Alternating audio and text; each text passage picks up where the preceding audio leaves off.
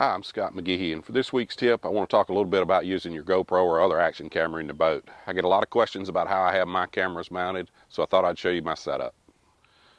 Now, I shoot almost all of my footage using GoPro cameras. The reason I chose GoPro as opposed to one of the other brands of action cameras is that they offer a wide variety of mounting options. I've got a few of them laid out here, the most basic of which is the sticky mount. They've got adhesive on the back. You can stick them anywhere. You see here I've got one on the windshield. I've got two or three more on the boat that I'll show you a little bit later on. Once you've got them stuck on there, you use one of these clips, and it simply slides in there, and it's a fairly secure mount. Now, one tip I picked up early on is that when these clips are in, there's just a little bit of slack in them. But if you'll take a piece of electrical tape, cut it in half long ways, and just line the bottom of this, you'll get a lot snugger fit. You won't get that vibration when there's wind on the camera. I shoot a lot of my footage too using this particular roll bar mount.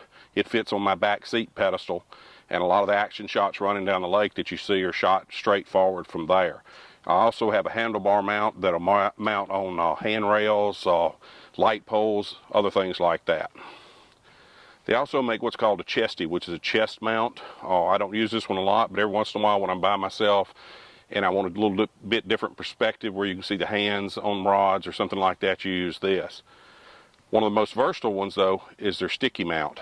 This comes with a lot of the different kits, or you can buy it separately, but it'll stick to any flat surface. It's a very secure mount, and I've never had it come off, although I do generally use a tether if I've got it on the side of the boat or somewhere that there's a danger of the camera going overboard if it does come loose. Now, what I've done also with the sticky mounts here on my save face, you'll see I've got one mounted here.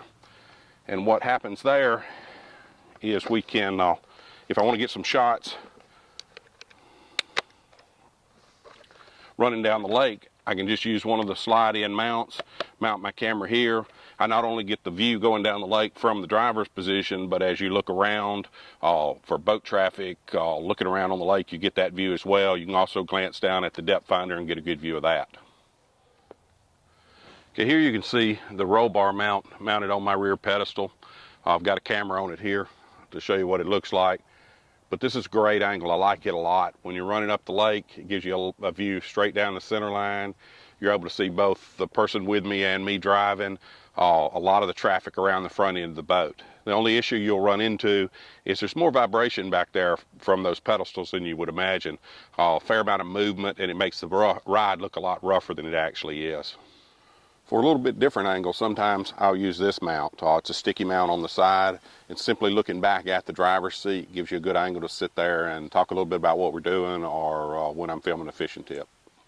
Now, not all my footage is shot out of the Phoenix. A lot of times I'll be fishing out of the little boat here on the lake I live on. You might have seen the 12-pounder I caught on a frog this past spring. It was caught out of this boat and filmed with my GoPro. What I did for that is I made me a custom mount.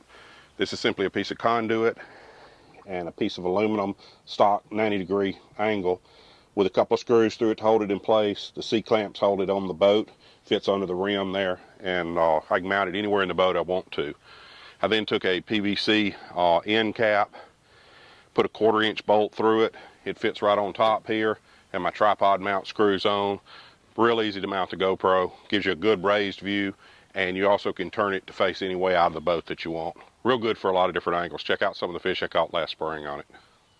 Now, we've talked about the mounts a little bit. Let's talk about your camera settings themselves. Your camera's capable of shooting 1080, probably 60 frames per second footage, but that file size will eat up your SD cards pretty quickly.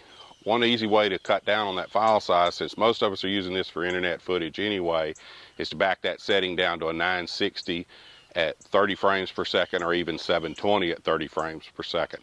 The only time I'll shoot it at a faster frame per second rate is if I'm going to use some slow motion somewhere in the editing, and then you can slow it down and get a lot cleaner image. One thing you'll run into when you're out filming, especially if you're trying to film all day, is that the battery life on the GoPros is about 2 hours, maybe 2.5. An easy fix for that is to pick up one of these. It's simply a battery pack that's designed for camping to charge your iPhone when you don't have access to electricity. It's got USB plugs in one end. You can use your normal charging cable and hook into the camera and run it all day. I've seen videos shot with it with up to 12 hours of filming. The great thing about these cameras is they've given all of us access to professional looking video, but there's no right and no wrong. Go out, experiment with the angles, figure out what you like, what looks good to you, and give it a shot. I'm looking forward to seeing your videos.